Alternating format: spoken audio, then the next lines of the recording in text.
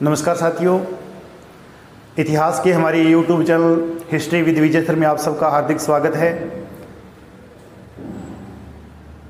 आज हम जिस विषय की चर्चा करने जा रहे हैं बड़ा ही शानदार विषय है, बड़ा ही रोचक विषय है। विशेष तौर पर देखें तो राजस्थान के विभिन्न कंपटीशन में इस विषय से काफ़ी प्रश्न पूछे जाते हैं। राजस्थान का इतिहास बड़ा ही गौरवशाली इतिहास रहा है। काफ़ी योद्धा हुए हैं जिन्होंने अंतर्राष्ट्रीय स्तर पर अपनी पहचान बनाई। पूरे विश्व में उनका जो नाम लिया जाता है बड़े सम्मान के साथ लिया जाता है। उन योद्धाओं का इतिहास देखेंगे, उन राजपूत वीरों का इतिहास देखेंगे जिन्होंने संसार में अपनी एक विशेष जगह बनाई। तो आज हम जिस विषय की शुरुआत करने जा रहे हैं वो हमारा रहेगा राजस्थान का इतिहास। और यह जो विषय है राजस्थान के कंपटीशन की दृष्टि से देखें तो चाहे वो कांस्टेबल है, पटवारी है, ग्राम सेवक है, एसआई है, आरएएस है, रीट है, सेकंड ग्रेड है, फर्स्ट ग्रेड है या फिर पुलिस व्याख्याता, तो हर कंपटीशन में काफ़ी क्वेश्चन पूछे जाते हैं। तो आओ देखते हैं राजस्थान का इतिहास। आप सबसे एक रिक्वेस्ट, अगर आपको हमारा वीडियो अच्छा लगे तो लाइक करें, शेयर करें और हमारा जो चैनल है हिस्ट्री विद विजय सर में उसको आप सब्सक्राइब करें। तो ज़्यादा बातें न करते हुए चलते हैं अपने टॉपिक पे, देखते हैं राजस्थान का इतिहास। जी, राजस्थान का इतिहास। राजस्थान का इतिहास। राजस्थान का जो इतिहास है बड़ा ही शानदार इतिहास रहा है और बड़े ही गर्व से हम कह सकते हैं कि राजस्थान के इतिहास में ऐसे योद्धाओं का हम अध्ययन करेंगे जिनसे हम बहुत कुछ सीखने को मिलेगा, उनके बारे में जानने का अवसर मिलेगा। तो हम देखते हैं राजस्थान का इतिहास। राजस्थान के इतिहास में अगर कोई पहला क्वेश्चन बनता है तो वह बनता है राजस्थान के इतिहास के पिता कौन थे।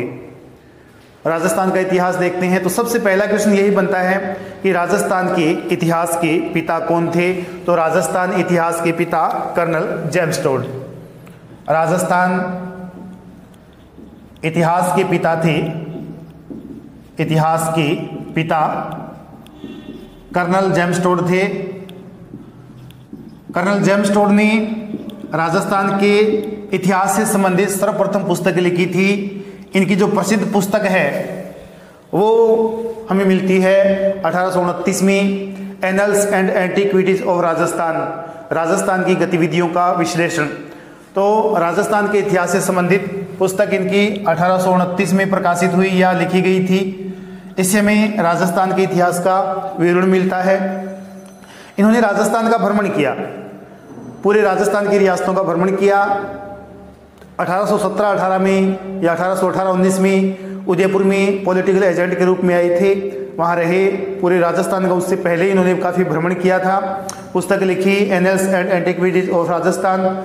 उसके बाद इनका जो विवरण है 1840 में एक इन्होंने 39-40 में एक पुस्तक और लिखी थी जिसमें भी राजस्थान का विस्तृत वर्णन दिया गया है।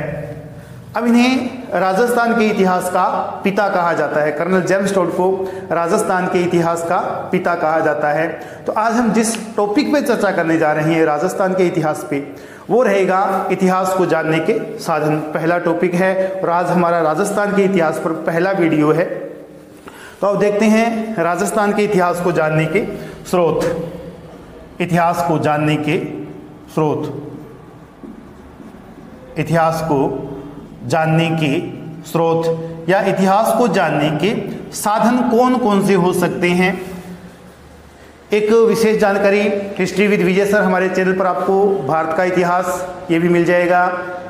भारत का इतिहास, संपूर्ण इतिहास, उसका जो लेवल है काफ़ी शानदार रखा है, जिसमें चाहे सेकंड ग्रेड की आप तैयारी कर रहे हो या फिर फर्स्ट ग्रेड की तैयारी कर रहे हो या फिर पुलिस व्याख्याता या फिर नेट की तैयारी कर रहे हो तो उस लेवल का इतिहास भी आपको वहाँ मिल जाएगा। तो हम देख रहे हैं राजस्थान का इतिहास, इतिहास को जानने के साधन। इतिहास को जानने के साधनों की अगर हम चर्चा करें तो जब भारत का इतिहास उसका अध्ययन करते हैं, भारत के इतिहास का अध्ययन करते हैं तो हमें 3 स्रोत मिलते हैं, लेकिन राजस्थान के इतिहास में मुख्य रूप से हमें 2 स्रोत मिलते हैं। 2 स्रोत कौन कौन से? एक स्रोत हमें मिलता है राजस्थान के इतिहास में, वो मिलता है पुरातात्विक स्रोत, पुरातात्विक स्रोत, और दूसरा जो हमें मिलता है वो मिलता है साहित्यिक स्रोत, साहित्यिक स्रोत। राजस्थान के इतिहास को जानने के लिए हमें इस प्रकार के स्रोत मिलते हैं, एक तो है पुरातात्विक स्रोत और दूसरा है साहित्यिक स्रोत। इन स्रोतों के माध्यम से हम राजस्थान के प्राचीन इतिहास का अध्ययन कर सकते हैं। पुरातात्विक स्रोत क्या होता है? पुरातात्विक स्रोत जिसके अंतर्गत हम देख सकते हैं कि ऐसी कठोर सतह या ऐसी एक हार्ड सतह जिसको हम कह सकते हैं, एक ऐसी परत, कठोर परत या कठोर सतह जिस पर लिखा गया लेख हमें मिला है, काफ़ी साल पहले लिखा गया है, उसमें किसी प्रकार का परिवर्तन नहीं किया गया हो, ऐसा लिखित स्रोत जो काफ़ी साल पहले लिखा गया है आज हमें मिला है, उसमें किसी प्रकार का परिवर्तन नहीं किया गया हो, वह कहलाता है अभिलेख। अभिलेखों को 3 भागों में बांटा जा सकता है। अभिलेखों को मूलतः 3 भागों में बांटा जा सकता है। सबसे पहले शिलालेख, उसके बाद स्तंभलेख, उसके बाद गुहालेख। तो यहाँ राजस्थान के इतिहास में हमें मिलेंगे पुरातात्विक स्रोत में शिलालेख मिलेंगे और अन्य जो जैसे ताम्रपत्र है वो भी मिलेंगे, मुद्रा भी मिलेगी, और इसके अलावा स्तंभलेख ये भी हम देखेंगे। इसके अलावा और भी काफ़ी स्रोत मिलेंगे जिनसे हम इतिहास की जानकारी ले सकते हैं। साहित्यिक स्रोत में विभिन्न लेखकों की पुस्तकों का हम अध्ययन करेंगे। तो हम देख रहे हैं पुरातात्विक स्रोत। पुरातात्विक स्रोत में जब हम भारत का अध्ययन करते हैं तो काफ़ी प्राचीन हमें अभिलेख मिलने शुरू हो जाते हैं, सिंधु घाटी सभ्यता से अभिलेख मिलने शुरू हो जाते हैं। लेकिन राजस्थान के इतिहास का जब हम अध्ययन करते हैं तो हमें जो अभिलेख मिलने शुरू हो जाते हैं वो मूलतः अशोक, मौर्य शासक अशोक के लेख हमें मिलने शुरू हो जाते हैं। तो हम पहले बात करते हैं राजस्थान के पुरातात्विक स्रोतों की। सबसे पहले देखते हैं राजस्थान के पुरातात्विक या पुरातात्विक जो स्रोत हमें मिले हैं, इनकी जानकारी सबसे पहले किसने दी या राजस्थानी पुरातात्विक स्रोत के जनक ये कौन थे, इसके बारे में हम देख लेते हैं। राजस्थान में पुरातत्व संबंधी अध्ययन करने वाले या सर्वेक्षण करने वाले प्रथम विद्वान थे A.C.L. कार्लाइल। प्रथम विद्वान मिलते हैं A.C.L. कार्लाइल। इन्होंने राजस्थान में 1871 ईस्वी में राजस्थान में पुरातत्व सर्वेक्षण का कार्य शुरू किया था, पुरातत्व सर्वेक्षण का कार्य शुरू किया था A.C.L. कार्लाइल ने। इन्होंने दौसा क्षेत्र में अपना सर्वेक्षण कार्य शुरू किया, वहाँ से काफ़ी ऐसी चीज़ें प्राप्त की। इनके एक साथी थे अलेक्जेंडर कनिंघम, इनके साथी थे अलेक्जेंडर कनिंघम, जिन्होंने 1861 में कलकत्ता में भारतीय पुरातत्व विभाग की स्थापना की। भारतीय पुरातत्व विभाग की स्थापना की और भारतीय पुरातत्व विभाग के जनक अलेक्जेंडर कनिंघम को कहा जाता है। भारतीय पुरातत्व विभाग के जनक की अगर हम बात करें तो वो है अलेक्जेंडर कनिंघम। राजस्थान के पुरातत्व विभाग के जनक की हम बात करें तो वो है A.C.L. कार्लाइल। तो हम देख रहे हैं पुरातात्विक स्रोत। पुरातात्विक स्रोत में राजस्थान के जो सबसे प्राचीन अभिलेख हमें मिलते हैं या प्राचीन जो पुरातात्विक स्रोत हमें मिलते हैं वो मिलते हैं अशोक के, मौर्य शासक अशोक के। अशोक के शासनकाल में राजस्थान में हमें 2 अभिलेख मिलते हैं, एक बैराट से, एक मिलता है भाबरू से। एक तो बैराट है और एक भाबरू, 2 स्थान। ये दोनों जो स्थान हैं एक प्राचीन जनपद हुआ करता था राजस्थान में, मत्स्य जनपद जब राजस्थान का एकीकरण हुआ था तो यहाँ भी एक मत्स्य जनपद का निर्माण किया गया था, जिसमें अलवर था, भरतपुर था, करौली था, धौलपुर था। ये जो क्षेत्र था प्राचीन भारत में इसे मत्स्य जनपद कहा जाता था और इस मत्स्य जनपद की राजधानी थी विराटनगर। तो राजस्थान में विराटनगर से हमें बैराट से हमें लेख मिले हैं और विराट के पास एक बीजक की पहाड़ी है, वहां से हमें बाबरू लेख मिला है। ये जो लेख मिले हैं हमें प्राचीन राजस्थान के, इन लेखों की खोज की थी कैप्टन बर्ट ने। कैप्टन बर्ट ने इन अभिलेखों की खोज की। यह अभिलेख वर्तमान में कलकत्ता संग्रहालय में सुरक्षित है। कलकत्ता संग्रहालय में सुरक्षित होने के कारण इन अभिलेखों को बैराट कलकत्ता या भाबरू कलकत्ता अभिलेख भी कहा जाता है। भारत के इतिहास में अशोक ने काफ़ी अभिलेख लिखे थे, काफ़ी शिलालेख लिखे, काफ़ी स्तंभ लेख लिखे थे, काफ़ी गुहा लेख लिखे थे। लेकिन ये जो अभिलेख है बैराट और भाबरू के लेख, ये मौर्य शासक अशोक के लिए काफ़ी इम्पोर्टेंट है, क्योंकि इन अभिलेखों में अशोक ने अपने आप को पहली बार बौद्ध सिद्ध किया है। अशोक कहता है कि मैं बुद्ध धर्म और संघ में आस्था रखता हूँ। तो भारत में जो प्रमुख अभिलेख है, क्वेश्चन कई बार पूछा गया है कि अशोक किन अभिलेखों में अपने आप को बौद्ध सिद्ध करता है, तो अभिलेख हमें मिलेंगे राजस्थान में बैराट व भाबरू से खोज की थी कैप्टन बर्ट ने। तो ये हमें अभिलेख मिलते हैं राजस्थान के जयपुर के पास बैराट नामक स्थान से। इसके बाद हम अगर अभिलेखों की बात करें तो एक स्थान मिलता है गोसुंडी।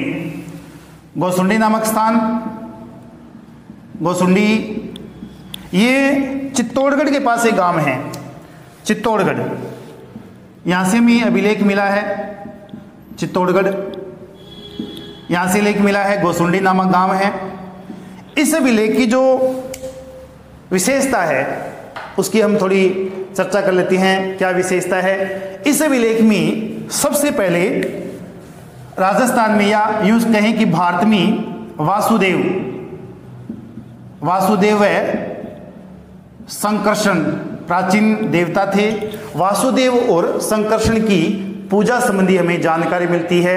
अगर राजस्थान के इतिहास की बात करें तो राजस्थान के इतिहास में सबसे प्राचीन विष्णु पूजा का उल्लेख कहाँ से मिलता है, तो वो हमें मिलता है गोसुंडी अभिलेख। ये कहाँ है? चित्तौड़गढ़ में है। इसका समय हमें मिलता है 200 ईसा पूर्व। गजवंश का एक शासक था सर्वतात ने गोसुंडी अभिलेख की रचना की थी या करवाई थी 200 ईसा पूर्व। इसमें हमें अश्वमेध यज्ञ की जानकारी भी मिलती है। अश्वमेध यज्ञ है, इसकी जानकारी भी हमें यहां से मिलती है। गोसुंडी अभिलेख चित्तौड़गढ़ में है। इसके बाद अगर हम बात करें गोसुंडी के बाद एक नांदसा यूप अभिलेख, नांदसा यूप अभिलेख, यह भी हमें मिलता है। यह मिलता है भीलवाड़ा से। नांदसा यूप का जो अभिलेख है यह हमें मिलता है भीलवाड़ा से। भीलवाड़ा में नांदसा नामक गांव है, वहां से हमें अभिलेख मिला है नांदसा यूप अभिलेख। यहां से हमें गोल स्तंभ मिलते हैं, गोल स्तंभ, इन पर हमें लेख मिलता है। नांदसा यूप अभिलेख भीलवाड़ा में मिला है, गोल स्तंभ मिले हैं। यह भी उस समय की हमें जानकारी देते हैं। एक हमें अभिलेख मिलता है बरली का लेख, बरली का लेख अभिलेख मिलता है बरली का लेख जो मिलता है यह भी ईसा पूर्व का है। राजस्थान के प्राचीन अभिलेखों में से जाना जाता है बरली का लेख। बरली का अभिलेख कहाँ मिलता है तो देखना, बरली का लेख हमें अजमेर से 35 किलोमीटर दूर, अजमेर से 35 किलोमीटर दूर एक स्थान है बरली। बरली के पास एक माता का मंदिर है, माता का नाम है मिलोत माता। मिलोत माता के मंदिर के 4 दीवारी से हमें बरली का लेख मिला है। इसका समय भी ईसा पूर्व रहता है। बरली का लेख हमें मिलोत माता के मंदिर से मिला है जो अजमेर से 35 किलोमीटर दूर है।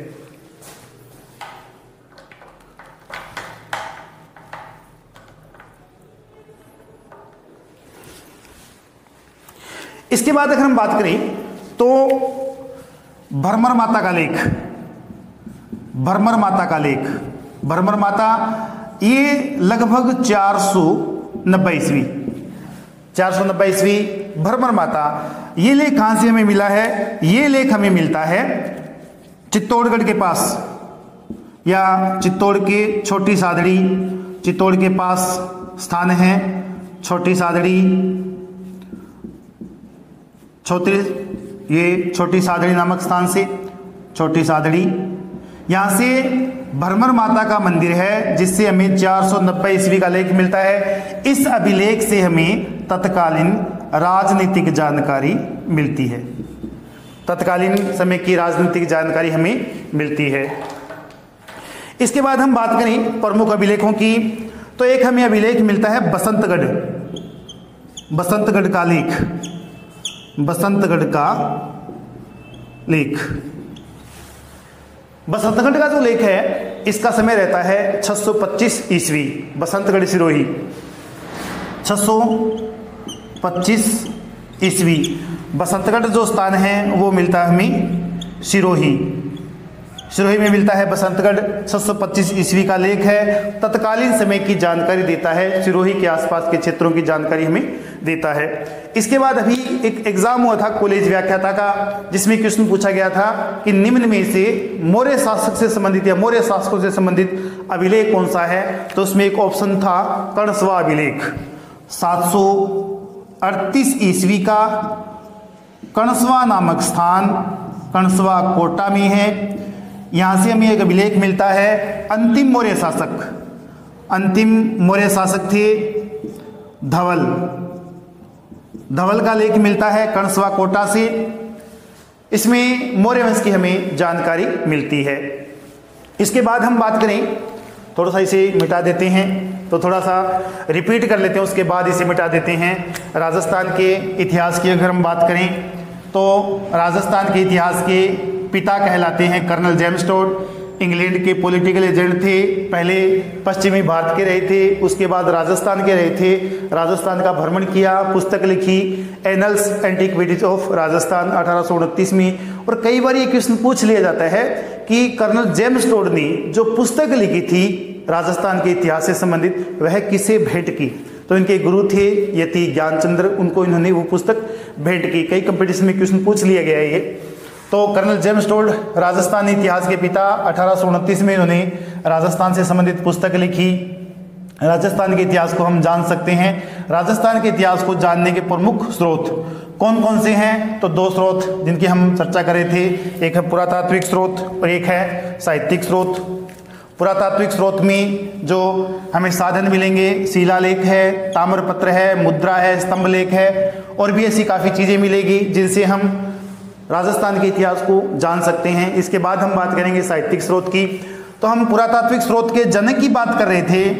राजस्थान में पुरातात्विक स्रोत के जनक ये थे AC अल कार्लाइल, जिन्होंने राजस्थान में सबसे पहले 1871 में पुरातत्व सर्वेक्षण का कार्य किया था। AC अल कार्लाइल को राजस्थान पुरातत्व सर्वेक्षण विभाग का जनक कहा जाता है। AC अल कार्लाइल, इन्होंने राजस्थान में सर्वप्रथम 1871 में पुरातत्व संबंधी कार्य किया था। इसके बाद हम बात करें राजस्थान में अभिलेखों की, तो राजस्थान के सर्वाधिक प्राचीन जो लेख हमें मिलते हैं वो मिलते हैं मौर्य शासक अशोक के। अशोक के जो हमें लेख मिलते हैं राजस्थान में जयपुर के पास विराटनगर, जिसे बैराट कहा जाता है, यहाँ से मिलते हैं। और एक बीजक की पहाड़ी है जहाँ से भाबरू लेख मिला है। दो लेख मिले हैं अशोक से संबंधित। मिले किसे हैं? कैप्टन बर्ट को मिले हैं। कैप्टन बर्ट खोज कर रहा था, पुरातत्वविद था, उसने यहाँ से सबसे पहले अभिलेख खोजे।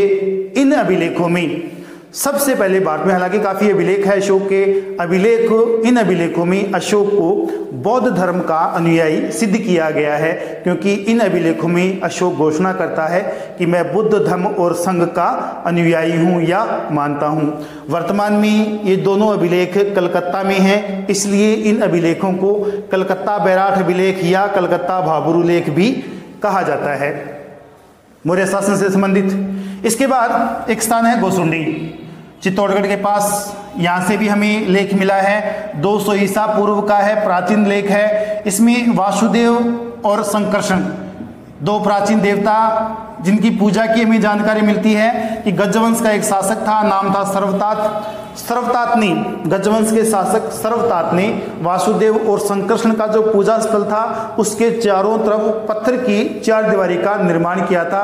यहाँ से क्वेश्चन पूछा जाएगा आपसे कि राजस्थान में वैष्णव धर्म से संबंधित, वैष्णव वासुदेव, कृष्ण किसके अवतार है? विष्णु के। तो धर्म, वैष्णव धर्म, राजस्थान में वैष्णव धर्म से संबंधित प्राचीन जो लेख है या सबसे प्राचीन लेख कौन सा मिलता है? तो वो हमें मिलता है गोसुंडी से। वासुदेव कृष्ण से संबंधित है, संकर्षण से संबंधित है। गजवंश के शासक सर्वतात ने पत्थर की चार दीवारी का निर्माण किया था और इसी से हमें जानकारी मिलती है 200 ईसा पूर्व में अश्वमेध यज्ञ किए जाने की। इसके बाद हम बात करें, भीलवाड़ा का स्थान है नांदसा, यहाँ से युग अभिलेख मिला है और ये जो अभिलेख है नांदसा गांव है भीलवाड़ा का, गोल स्तंभ पर लिखा हुआ लेख हमें मिला है। इसके बाद बरली का लेख हमें मिलता है। बरली ये अजमेर से 35 किलोमीटर दूर है, ये अभिलेख हमें मिलता है बरली का। बरली में एक माता का मंदिर है, मिलोत माता का मंदिर। इस मंदिर की चार दीवारी में दीवार पर लिखा हुआ लेख हमें मिला है बरली में। इसके बाद भरमर माता का लेख है 490 ईस्वी। भरमर माता का मंदिर है चित्तौड़गढ़ के पास, छोटी सादड़ी, जिसमें तत्कालीन राजनीतिक जानकारी हमें मिलती है। इसके बाद हम बात करें बसंतगढ़ सिरोही का लेख, राजस्थान में सिरोही क्षेत्र में बसंतगढ़ का लेख मिला है 625 ईसा पूर्व की तत्कालीन जानकारी सिरोही क्षेत्र की हमें मिलती है। इसके बाद हम बात करें 738, ये क्वेश्चन कॉलेज व्याख्या था, आरपीएससी ने पूछा था, आरपी80 ने क्वेश्चन पूछा था कि राजस्थान में निम्न में से, चार ऑप्शन थे, निम्न में से मौर्य वंश से संबंधित कौन सा अभिलेख है? तो यहाँ कंसवा अभिलेख कोटा में, इसमें मौर्य वंश के अंतिम जो शासक थे धवल, उनका उल्लेख मिलता है। इस लेख है वो है मान मौर्य का लेख। मान मौर्य चित्तौड़गढ़ का शासक था। अपने शासनकाल में इसने 713 ईस्वी में लेख लिखा, मान मौर्य का लेख। ये हमें मिलता है चित्तौड़गढ़ के पास एक मानसरोवर नामक झील, मानसरोवर झील के पास से मान मौर्य का लेख मिलता है। यह लेख या इस लेख की खोज की थी कर्नल जेम्स टोड ने। जेम्स टोड ने इस लेख की खोज की थी। जेम्स टोड जब राजस्थान आया था एक पॉलिटिकल एजेंट के रूप में, तब इसने इसकी खोज की थी। इस अभिलेख से हमें यह जानकारी मिलती है कि चित्तौड़ दुर्ग का नाम या चित्तौड़ दुर्ग का जो निर्माण था वो करवाया था चित्रांगद मौर्य ने। मौर्य वंश का एक शासक था चित्रांगद मौर्य। चित्रांगद मौर्य ने चित्तौड़ दुर्ग का निर्माण करवाया। यह जानकारी हमें यहाँ से मिलती है। चित्तौड़ दुर्ग का निर्माण करवाने वाला था मौर्य वंश का शासक था, नाम था चित्रांगद मौर्य, जिसने इस दुर्ग का निर्माण करवाया। इस मान मौर्य लेख से हमें चार शासकों के नाम मिलते हैं। मौर्य वंश के चार शासक जिन्होंने राजस्थान में शासन किया था। चार शासक कौन कौन से? एक तो महेश्वर, एक भीम, एक भोज और एक राजा मान। चार शासकों का लेख हमें मिलता है कि चित्तौड़गढ़ दुर्ग पर चार शासकों ने इससे पहले या मान मौर्य से पहले इन्होंने शासन किया था। दुर्ग का निर्माण करवाया था चित्रांगद मौर्य ने। जब कर्नल जेम्स टोड इंग्लैंड वापस जा रहा था तो उसके काफ़ी साथी भी थे, नाव पर उसका पूरा एक दल था, नाव पर वापस जा रहे थे। तो कर्नल जेम्स टोड वापस जाते समय इस अभिलेख को साथ ले गया। रास्ते में जब समुद्र में पहुंचे तो समुद्र के अंदर बड़ी बड़ी लहरें आ रही थी। उन लहरों के कारण नाव का संतुलन गड़बड़ा गया और कर्नल जेम्स टोड ने उस अभिलेख को या उस लेख को या उस पत्थर के टुकड़े पे जिस पे लेख लिखा हुआ था उसको समुद्र में फेंक दिया। कि उसमें पूछा जा सकता है कि कर्नल जेम्स टोड ने वह जो लेख था मान मौर्य का लेख उसे कहाँ अवस्थित करवाया? तो उसने समुद्र में फेंक दिया था। तो मान मौर्य का जो लेख 713 ईस्वी का है, कर्नल जेम्स टोड को मिला था, वर्तमान में वो समुद्र में है। इसके बाद हम देखते हैं सामोली अभिलेख। सामोली अभिलेख 646 विक्रम संवत या 589 ईस्वी। 589 ईस्वी, 646 ईस्वी या 589 ईस्वी। यह जो सामोली गांव है यह मेवाड़ में बोमड़ क्षेत्र, जहां भील संख्या ज़्यादा थी बोमड़ क्षेत्र में, वहाँ एक गांव था सामोली। इस सामोली गांव से हमें ये लेख मिला है। यह लेख गोहिल शासक शिलादित्य से संबंधित है। गोहिल वंश का शासक था शिलादित्य, उससे संबंधित है। और इस लेख में कहा गया है कि मेवाड़ में अरण्यगिरी क्षेत्र में शिलादित्य के शासनकाल में तांबा व जस्ते की खानें मिलनी शुरू हो गई थी। तो ये जानकारी हमें मिलती है कि तांबा व जस्ता इनकी खानें, तांबा व जस्ता इनकी जो खानें मिलनी शुरू हो गई थी वो हो गई थी शिलादित्य के शासनकाल में। इस लेख का समय हमें मिलता है 589 ईस्वी। इसके बाद हम बात करें नेक्स्ट अभिलेख की, तो वो हमें मिलता है मंडोर से। मंडोर जोधपुर के पास एक स्थान, वहाँ से हमें लेख मिलता है 837 ईस्वी का। यह जो शिलालेख है या यह जो लेख है गुर्जर प्रतिहार वंश का शासक था बाउक शासक था, इसकी प्रशस्ति के रूप में हमें मिलता है। मंडोर जो लेख है गुर्जर प्रतिहार शासक बाउक की प्रशस्ति के रूप में हमें मिलता है, या बाउक के बारे में हमें जानकारी मिलती है। प्रतिहार शासक बाउक की जानकारी हमें मिलती है। मंडोर राजस्थान में प्रसिद्ध एक स्थान है और कहा गया है कि प्राचीन समय में जो श्रीलंका के शासक थे रावण, उनका ससुराल भी मंडोर बताया गया है। और कहा गया है कि जो मंदोदरी थी रावण की पत्नी, उनका स्थान मंडोर था, इसलिए मंडोर प्रसिद्ध भी है। रावण की ससुराल, मंडोर को रावण की ससुराल भी कहा जाता है। रावण की ससुराल ऐसी मान्यता है।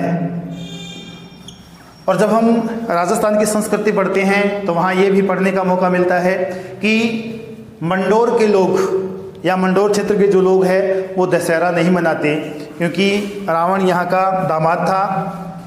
यहाँ के लोग दशहरा नहीं मनाते, यहाँ के लोग दशहरा नहीं मनाते।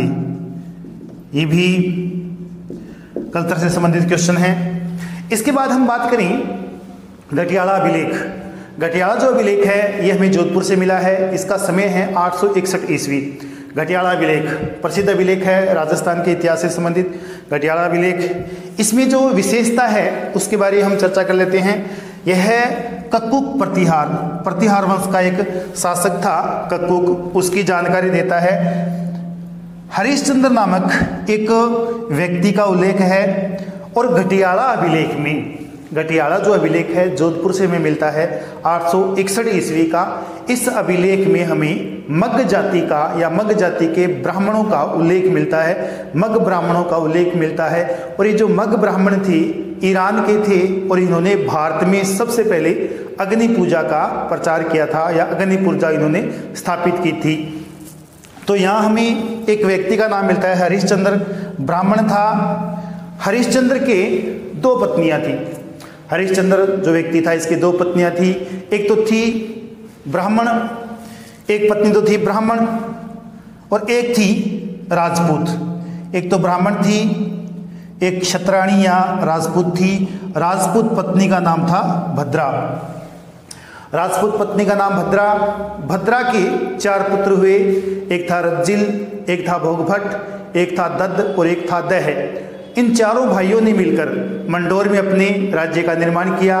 मंडोर में चारों भाइयों ने मिलकर अपने राज्य का निर्माण किया। रज्जिल शासक बना, रज्जिल के बाद नरभट्ट शासक बना, इसके बाद नागभट्ट प्रथम जिसने मेड़ता को अपनी राजधानी बनाया था। इस प्रकार इनका कालक्रम चलता है। तो हरिश्चंद्र मंडोर का आदि पुरुष या यूं कहें गुर्जर प्रतिहार वंश का अगर कोई आदि पुरुष था तो वो था हरिश्चंद्र। गटियाला अभिलेख से हमें ये जानकारी मिलती है। इसके बाद हम बात करें मिहिर भोज की। मिहिर भोज की ग्वालियर प्रशस्ति, ग्वालियर मध्य प्रदेश में है और यहाँ से हमें मिहिर भोज की ग्वालियर प्रशस्ति मिलती है। इस प्रशस्ति में या इस प्रशस्ति का जो समय है वो मिलता है हमें 880 ईस्वी। ग्वालियर का जो लेख मिला है इसमें हमें राजा भोज गुर्जर प्रतिहार वंश का जो शासक था मिहिर भोज, सॉरी राजा भोज नहीं, मिहिर भोज के बारे में हमें जानकारी मिलती है। और यह शक्तिशाली शासक था। इसने एक विष्णु मंदिर का निर्माण करवाया था, विष्णु मंदिर का इन्होंने निर्माण करवाया था, ये जानकारी भी हमें मिलती है। विष्णु मंदिर का निर्माण करवाया था। इसके शासनकाल में एक विदेशी यात्री भारत आया था, विदेशी लेखक आया था, सुलेमान नाम का एक लेखक आया था। यह आया था 851 ईस्वी में। और सुलेमान ने मिहिर भोज को मुसलमानों क्या इस्लाम का सबसे बड़ा शत्रु बताया था। सुलेमान ने मिहिर भोज को इस्लाम का सबसे बड़ा शत्रु बताया था। और जो मिहिर भोज की हमें उपाधि मिलती है, ग्वालियर प्रशस्ति में एक ही उपाधि मिलती है, वो मिलती है आदिवराह है। इसके बाद उदयपुर के पास स्थान है सारणेश्वर प्रशस्ति, समय रहता है इसका 953 ईस्वी। उदयपुर के पास सारणेश्वर नामक शमशान घाट, और शमशान घाट में एक शिव मंदिर या शिवालय है। उस शिवालय की 4 दीवारी पर ये प्रशस्ति मिलती है, सारणेश्वर प्रशस्ति। इसमें उस समय की राजनीति से संबंधी जानकारी मिलती है, सामाजिक जानकारी मिलती है, आर्थिक जानकारी मिलती है, या हर प्रकार की यहाँ हमें जानकारी मिलती है। सारणेश्वर प्रशस्ति उदयपुर के सारणेश्वर नामक स्थान से। जो गोपीनाथ शर्मा हैं, राजस्थान के प्रसिद्ध इतिहासकार गोपीनाथ शर्मा, उनके अनुसार यह जो सारणेश्वर प्रशस्ति है, यह उदयपुर के पास एक गांव बताया गया है आहड़, और इसकी एक शानदार संस्कृति का आगे हम अध्ययन करेंगे। आहड़ के पास से यह प्रशस्ति यहाँ स्थापित की गई है। मूलतः यह प्रशस्ति जो थी आहड़ नामक गांव में थी, जिसकी एक बहुत ही शानदार सभ्यता का हम आगे अध्ययन करेंगे। गोपीनाथ शर्मा के अनुसार यह जो सारणेश्वर प्रशस्ति है, यह आहड़ से यहाँ स्थापित की गई थी। इसके बाद हम बात करें बिजोलिया अभिलेख की। बिजोलिया अभिलेख भीलवाड़ा में, इसका जो समय है वो है 1170। बिजोलिया अभिलेख का समय मिलता है हमें 1170 ईस्वी। इसके जो लेखक थे वो थे गुणभद्र। चौहान इतिहास को जानने का प्रमुख स्रोत, राजस्थान के चौहान शासकों को जानने का प्रमुख स्रोत है। समय इसका मिलता है हमें 1170 ईस्वी। गुणभद्र नामक लेखक था, और यह बिजोलिया में पार्श्वनाथ मंदिर परिसर में लगी हुई प्रशस्ति है। इसमें हमें जानकारी यह मिलती है कि जो चौहान वंश है, चौहान वंश, यहाँ 2 चौहान वंशों का जिक्र है। एक तो है सांभर के चौहान, एक है अजमेर के चौहान।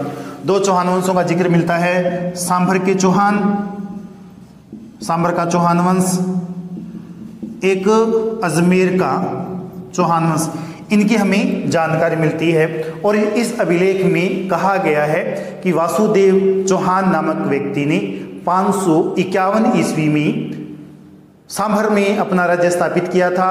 अहिछत्रपुर नागौर को अपनी राजधानी बनाया था। उसके बाद एक इनकी शाखा अजमेर चली गई। और इसी प्रशस्ति में कहा गया है कि विग्रह राज चतुर्थ, जिसे हम इतिहास में बिसलदेव नाम से पढ़ते हैं, शक्तिशाली शासक था चौहान वंश का, अजमेर का शक्तिशाली शासक विग्रह राज चतुर्थ, जिसने दिल्ली को अपनी अधिकार में किया। ये भी जानकारी हमें यहाँ से मिलती है बिजोलिया अभिलेख से। बिजोलिया भीलवाड़ा में स्थान है, और वहाँ एक मंदिर है पार्श्वनाथ मंदिर। यहाँ से हमें ये जानकारी मिलती है कि सांभर वंश या चौहान वंश का जो संस्थापक था वासुदेव था। उसने 551 में सांभर झील का निर्माण करवाया था। उसके बाद अपने राज्य की स्थापना की थी, और अहिछत्रपुर नागौर को अपनी राजधानी बनाया था। कई स्थानों के इसमें जिक्र भी मिलते हैं, जैसे साकम्बरी है, या फिर जावालीपुर है, या सिरिकट है। इनकी जानकारी भी हमें मिलती है। कई क्षेत्रों के नाम भी इस प्रशस्ति से हमें मिलते हैं। इसके बाद है चित्तौड़ का जैन कीर्ति स्तंभ। चित्तौड़ में जैन कीर्ति स्तंभ, जैन धर्म के लिए कीर्ति स्तंभ का निर्माण किया गया है। समय है 13वीं शताब्दी। शाहजीजा तथा वंश का वर्णन है। शाहजीजा तथा उसके वंश का वर्णन मिलता है हमें चित्तौड़ का जो जैन कीर्ति स्तंभ है। इसके बाद हम बात करें अचलेश्वर प्रशस्ति, अचलेश्वर सिरोही। इसमें हमें जानकारी मिलती है कि अग्निकुंड से राजस्थान की 4 राजपूत जातियों का या 4 राजपूत राजवंशों का उदय हुआ था। ये जानकारी हमें मिलती है। अग्निकुंड से राजपूतों की उत्पत्ति होती है। और इसमें हमें परमार वंश के शासक या परमार वंश के मूल पुरुष, परमार वंश के मूल पुरुष धूमराज के बारे में हमें जानकारी मिलती है। तो अचलेश्वर जो प्रशस्ति है, अग्निकुल से राजपूतों की उत्पत्ति संबंधी सिद्धांत ये भी दिया गया है, और परमार वंश का जो मूल पुरुष था धूमराज, इसके बारे में भी हमें जानकारी मिलती है। इसके बाद हम देख रहे हैं नेमिनाथ प्रशस्ति। नेमिनाथ प्रशस्ति 1230 की है। आबू मंदिर, आबू माउंट आबू में मंदिर है नेमिनाथ का। इस नेमिनाथ मंदिर में यह प्रशस्ति लिखी गई है 1230 ईस्वी की है। 1230 ईस्वी में वस्तुपाल तेजपाल ने माउंट आबू सिरोही में एक नेमिनाथ मंदिर बनाया था, और इसमें जो तेजपाल है उसने अपनी पत्नी आराध्या देवी की याद में नेमिनाथ मंदिर का निर्माण किया था। तो वो भी 1230 की घटना है। इसके बाद हम बात करें रणकपुर प्रशस्ति। रणकपुर जो प्रशस्ति है इसका समय हमें मिलता है 1439 ईस्वी, और इसके लेखक थे दीपा।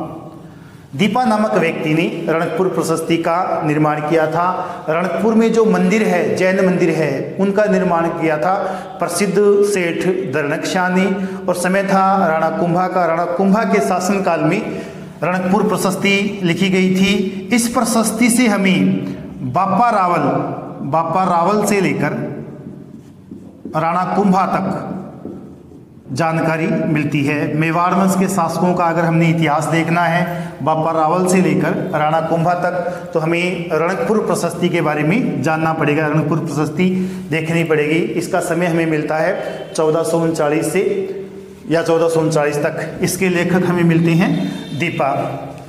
इसके बाद हम बात करें कीर्ति स्तंभ प्रशस्ति। कीर्ति स्तंभ प्रशस्ति, इसका समय हमें मिलता है 1460 में लिखी गई थी। इसके जो लेखक हमें मिलते हैं अत्रि व इनके पुत्र थे महेश। पिता पुत्रों ने कीर्ति स्तंभ प्रशस्ति लिखी थी। लिखने का कारण क्या था? जब मेवाड़ के शासक बने थे राणा कुंभा 1433 में, तो उस समय मोक्कल की हत्या हुई थी। उसके बाद वो शासक बने थे। उनका संरक्षक कुछ दिन रणमल भी रहा था, लेकिन उसके बाद रणमल की हत्या हो गई थी। उसके बाद जब ये शासक बना तो एक तो मालवा का शासक था महमूद खिलजी, उसने इन पर हमला किया था। तो एक भयंकर युद्ध हुआ था 1437 में, सारंगपुर का युद्ध। सारंगपुर युद्ध राणा कुंभा ने जीत लिया था। जो सारंगपुर का युद्ध हुआ था 1437 में, राणा कुंभा ने जीत लिया था। महमूद खिलजी को बंदी बनाया गया था, 6 माह तक बंदी बना के रखा गया था। उसके बाद जब उसे रिहा किया गया तो उसकी याद में, उस विजय की याद में, सारंगपुर युद्ध की याद में राणा कुंभा ने एक प्रसिद्ध इमारत बनाई थी चित्तौड़ दुर्ग में, विजय स्तंभ। हम देख रहे थे विजय स्तंभ का जो निर्माण था वो राणा कुंभा ने किया था युद्ध जीतने के बाद। जब 1437 में सारंगपुर का युद्ध जीता गया था तो 1437 में विजय स्तंभ का निर्माण किया गया था। विजय स्तंभ राजस्थान की 2 संस्थाओं का प्रतीक है, एक माध्यमिक शिक्षा बोर्ड, एक राजस्थान पुलिस, दोनों संस्थाओं का प्रतीक है ये। इस कीर्ति स्तंभ से हमें बापा रावल से लेकर राणा कुंभा तक की जानकारी मिलती है। बापा रावल से राणा कुंभा तक। इसके बाद है कुंभलगढ़ प्रशस्ति। कुंभलगढ़ प्रशस्ति 1460 ईस्वी की है। इसमें हमें मेवाड़ के महाराणाओं की जानकारी मिलती है। इसके बाद हम देखें राय सिंह प्रशस्ति। राय सिंह बीकानेर का प्रसिद्ध शासक था, कल्याणमल का पुत्र था, शक्तिशाली शासक था, और 1594 में यह प्रशस्ति राय सिंह के शासनकाल में लिखी गई थी। लेखक थे जैन मुनि जैता ने यह प्रशस्ति लिखी थी। 30 जनवरी 1589 से 1594 तक बीकानेर के प्रसिद्ध दुर्ग जूनागढ़ का निर्माण हुआ था। यह जानकारी हमें मिलती है इस अभिलेख से। करमचंद पंवार नामक व्यक्ति, जो इनका प्रधानमंत्री था राय सिंह का, उसने यह प्रशस्ति लिखवाई थी, या इसके निर्देशन में यह प्रशस्ति लिखी गई थी, और ये जो दुर्ग है इसका निर्माण भी किया गया था। इसके बाद है जगन्नाथ प्रशस्ति। यह 1652 की है, उदयपुर में जगन्नाथ मंदिर से मिली है। एक है बरबत का लेख। बरबत का जो लेख है इसकी विशेषता ये है कि यह मरियम उज़ ज़मानी जो आमेर की राजकुमारी थी हरखाबाई उसने लिखवाई थी। इसमें मुगल और मेवाड़ या सॉरी मुगल राजपूतों के बीच आपसी संबंधों की जानकारी मिलती है। बयाना में बरबत नामक स्थान पर एक बाग का निर्माण करवाया था, एक बावड़ी का निर्माण करवाया था, इसकी जानकारी हमें मिलती है बरबत लेख से। 1613 का ये लेख है। इसके बाद हम बात करें राज प्रशस्ति। राज प्रशस्ति भारत की सबसे बड़ी प्रशस्ति है। इसकी भाषा जो है वो है संस्कृत है। इसके लेखक है तेलंग भट्ट, दक्षिण भारत के ब्राह्मण थे तेलंग भट्ट। इन्होंने इस प्रशस्ति की रचना की थी। यह प्रशस्ति 1676 में लिखी गई थी। राजसमंद झील की 9 चौकी पाल पर 25 बाल बड़े काले संगमरमर के पत्थरों से यह प्रशस्ति लिखी गई थी। इस प्रशस्ति में राजसमंद झील से संबंधित जितने भी विभिन्न प्रकार के विद्वान हुए हैं या जिन्होंने इसमें सहयोग किया है, जिस व्यक्ति ने योगदान दिया था उनके बारे में हमें जानकारी मिलती है। मेवाड़ का इतिहास बिल्कुल कम मिलता है, लेकिन अन्य जो गतिविधियां हैं, क्योंकि अकाल का समय था, लोगों को रोजगार दिया गया था और वहाँ यह प्रशस्ति लिखी गई है। तो उस समय की जितनी गतिविधियां हैं, चाहे वो यहाँ विभिन्न इंजीनियर थे या फिर और कोई प्रसिद्ध व्यक्ति जिन्होंने योगदान दिया था, इसमें उसका यहाँ हमें विवरण मिलता है।